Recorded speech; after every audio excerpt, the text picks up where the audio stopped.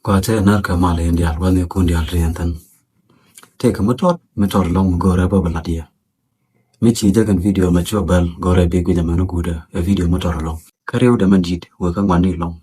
Since you and a man and can go and Daridian. Take a kel, which with economists understood culture. A chicken were a carodium. Lead along Africa kello. Condial, cocon loak, a gin loak chegdu, kachegdu, a logdu. Te naga Bible wala yan ang ach. Tacho lar no biarlo. Jin wood, jin luak check, jin check, jin luak wooda.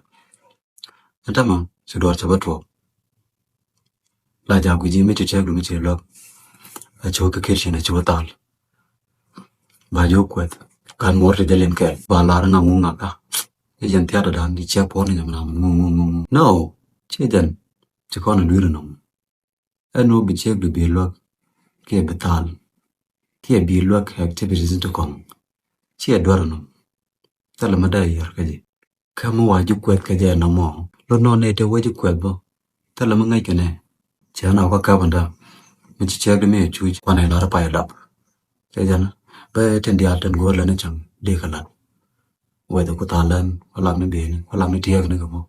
Tala mo dekalat na to. Ko chuj ni dan. Beranje na tamang. Lene check di chuj chang. Bakanya jirar. You got Bonnie, you got China, you got money, me take a one more disagree, you're a stupid, yes. I said it. You are a fool. You could not junk.